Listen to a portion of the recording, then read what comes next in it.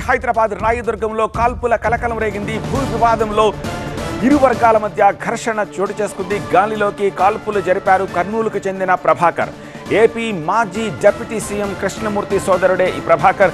రాయదుర్గం పోలీసులకు ఫిర్యాదు అందింది. దీనికి సంబంధించిన డీటెయిల్స్ అందించేందుకు మా ప్రతినిధి ప్రణీత ప్రస్తుతం మనకి ఫోన్ లైన్లో సిద్ధంగా ఉన్నారు. ప్రణీత, ఏం జరిగింది అసలు? ఏపీ మాజీ డిప్యూటీ సీఎం కృష్ణమూర్తి సోదరుడు ప్రభాకరే కాల్పులు జరిపారా? ఏమైంది అసలు? అయితే కొద్ది రోజుల క్రితం ఈ ఘటన చోటు చేసుకున్నట్టు బాధితులు చెప్తున్నారు. అయితే ఈ రోజు వాళ్ళు రాయదుర్గం పోలీసులకు వచ్చి ఫిర్యాదు చేశారు. మణికొండ పంచవటి కాలనీలో ఈ ఘటన జరిగింది.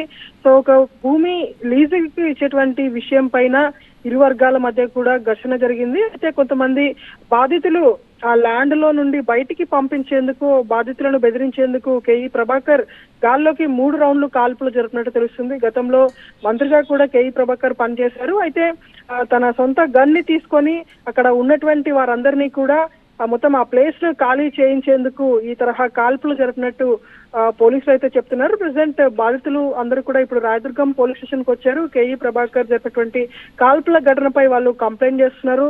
సో బాధితులు స్థలం నుండి బయటికి గెంటేసి అక్కడ ఉన్నటువంటి కేఈ ప్రభాకర్ అనుచరులందరూ కూడా గేట్ కి తాళం వేసి తమను భయభ్రాంతులకు గురి చేసి తమ పైన దాడి చేశారంటూ కూడా బాధితులు ఈ కంప్లైంట్ లో పేర్కొన్నారు. సో ప్రెసెంట్ వాళ్ళందరూ కూడా రాయదుర్గం పోలీస్ స్టేషన్ లో ఉన్నారు. అక్కడ ఉన్నటువంటి ఎవిడెన్స్ అంతా కూడా వాళ్ళు బెదిరించేటువంటి టైంలో కొన్ని వీడియోస్ కూడా తీసామంటూ ఆ వీడియోస్ ని సైతం పోలీసులకు ఎవిడెన్స్ రూపంలో ఇస్తున్నారు.